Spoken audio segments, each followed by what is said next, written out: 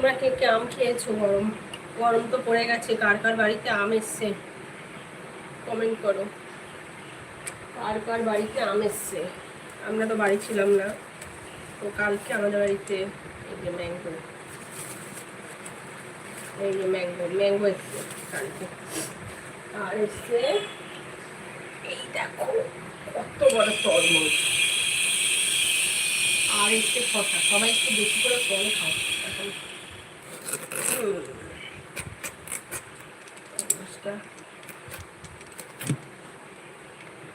খাচ্ছি।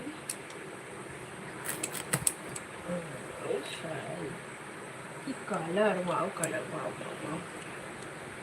এই দেখো কালারটা জাস্ট দেখো, heavy heavy colour, heavy colour.